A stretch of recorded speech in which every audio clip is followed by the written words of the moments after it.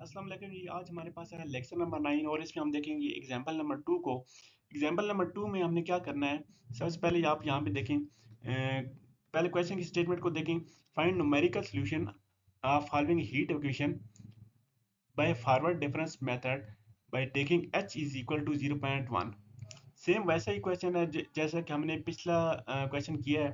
हमने वैसा ही numerical solution find करना है। ठीक है, हीट इक्वेशन में गिवन है, वैसे आपको ये चीज़ याद भी होनी चाहिए। और h की वैल्यू जस्ट यहाँ पे चेंज है, बाकी हमारे पास सेम वैसा ही क्वेश्चन है। लिमिट भी सेम वही है जो कि हमारे पास पिछले क्वेश्चन में थी। और उसके बाद इनिशियल कंडीशन हमारे पास सेम वही कंडीशन है, जस्ट h की यहाँ पे डिफरेंस है, बाकी सेम वही हमारे पास क्वेश्चन है। और एग्जैक्ट सॉल्यूशन भी यहाँ हमारे पास गिवन है, एग्जैक्ट सॉल्यूशन चेंज है यहाँ पे।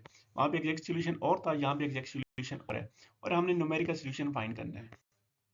तो अगर आपने पिछला क्वेश्चन देखे हुए है तो आपको यहाँ से इसकी अंडरस्टैंडिंग हो जाएगी। तो यहाँ पे आप देखें, आपके पास सबसे पहले हमने क्या किया कि एक्स की वैल्यू फाइंड की है।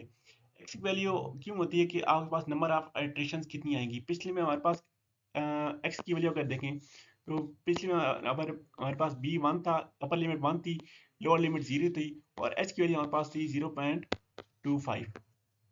हमारे पास नंबर ऑफ इटरेशन कितनी आई थी 4।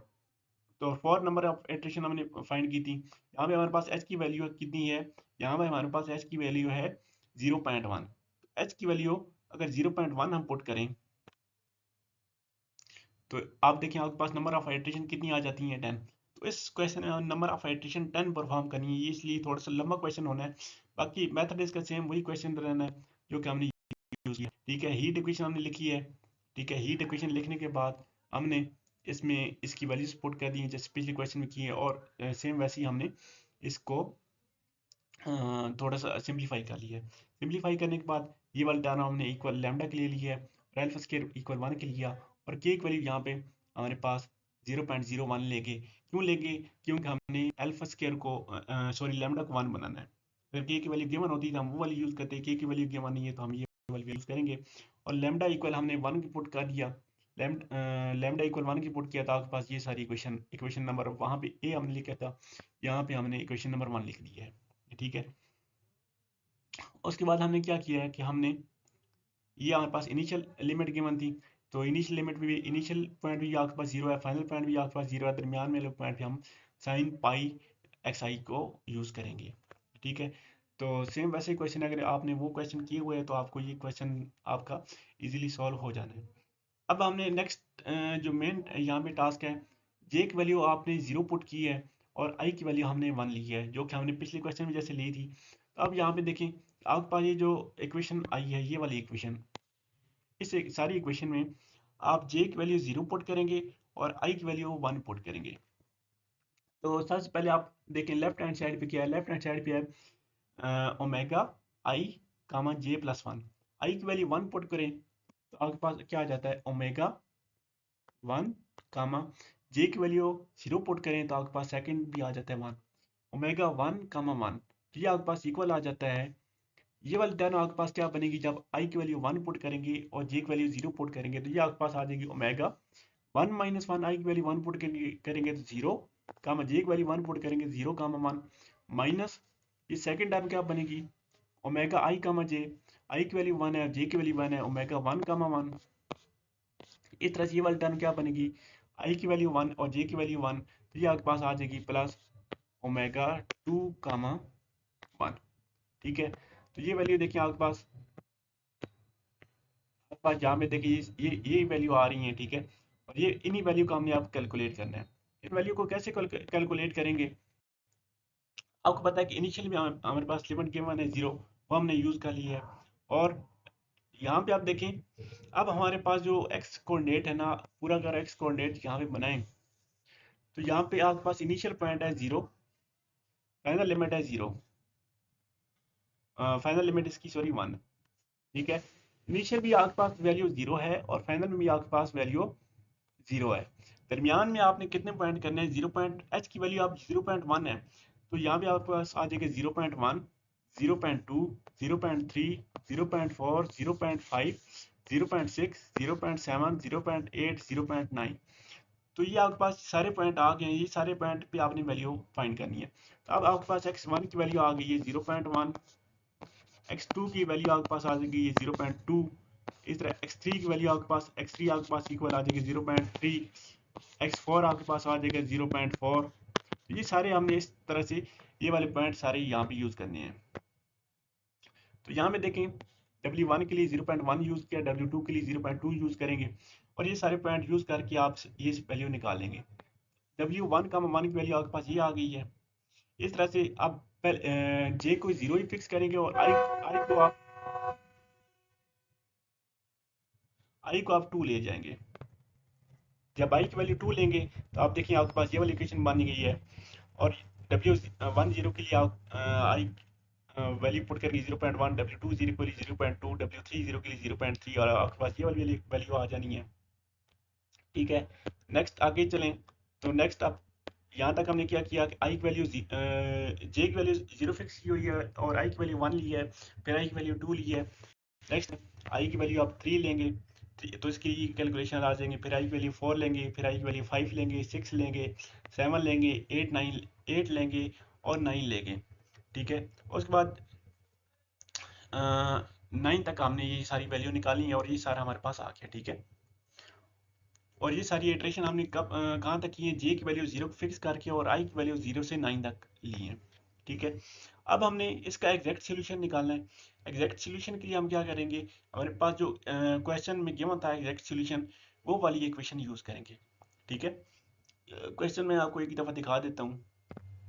तो ये क्वेश्चन देखिए, हमने अभी तक जो इनिशियल इसका सॉल्यूशन फाइंड किया वो ये वाली इक्वेशन यूज करके यूज किया है, लेकिन अब हमने इसका एग्जैक्ट सॉल्यूशन निकालना है। तो एग्जैक्ट सॉल्यूशन के लिए हम अब ये वाली इक्वेशन यूज करेंगे। ठीक है, अब ये वाली इक्वेशन वहाँ पे पुट करेंगे तो आपके पास एग्जैक्ट सॉल्यूशन आ जाएगा। तो अब हमने इनिशियल कंडीशन को यूज करते हुए इसका अप्रॉक्सीमेट सॉल्यूशन निकालिए। अब एग्जैक्ट सॉल्यूशन की तरफ जाएंगे।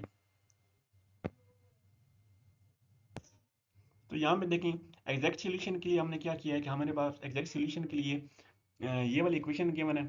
ठीक है, ये इक्वेशन आ गई।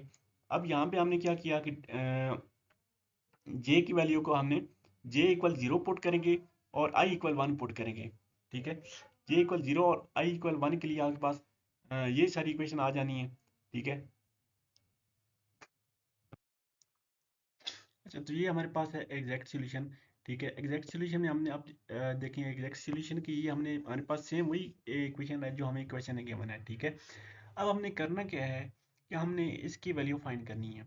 इसकी वैल्यू W11 पे, W21 पे, 31 पे, 41 पे, 51, 61, 71 जो हमने अप्रॉक्सीमेट सॉल्यूशन निकाला है ना, वो सारी वैल्यू, उन्हीं सारी वैल्यू के लिए अब हमने एग्जैक्ट सॉल्यूशन निकालना है। एग्जैक्ट सॉल्यूशन के लिए यहाँ पे हमारे पास दो तीन टर्म्स यूज होनी है जिनकी वैल्यू हमें ये पता होनी चाहिए। ई ई की वैल्यू तो आपको पता है मैथ में फिक्स होती है, माइनस पाई स्केयर। तो पाई स्केयर की वैल्यू आप यहाँ पे 3.14 लेंगे और उसका स्केयर लेंगे। टी की वैल्यू, टी की वैल्यू मैं आपको बताता हूँ कि आपने कैसे कैलकुलेट करनी है। साइन पाई एक्स, तो जैसे ही यहाँ पे एक्स की वैल्यू चेंज होगी ना, ये एक्स की वैल्यू जैसे यहाँ पे चेंज होगी, यहाँ पे एक्स की वैल्यू भी चेंज होगी। अब यहाँ पे देखें एक्स की वैल्यू 1 है, तो यहाँ पे एक्स की वैल्यू हमने पुट की 0.1, सॉरी 0.1 ये वाली पर। ठीक है, इसको मैं क्लियर कर देता हूँ। 0.1 हमने ये वाली पुट की है। जब एक्स की वैल्यू यहाँ पे हमने 2 ली है तो एक्स की सेकंड वैल्यू 0.2 ली है, एक्स की वैल्यू 3 ली है तो यहाँ पे एक्स की वैल्यू 0.3 ली है, एक्स की वैल्यू जैसी 4 ली है तो ये यहाँ पे 0.4 ली है।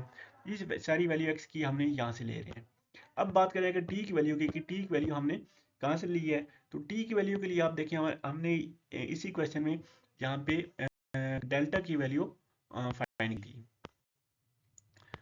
तो वहां भी चलते हैं, डेल्टा की वैल्यू हमने फाइंड की थी। यहाँ पे देखें, यहाँ पे हमने डेल्टा की वैल्यू फाइंड की थी और डेल्टा की वैल्यू फाइंड करने के लिए हमने के इक्वल लिया था 0.01 के लिए।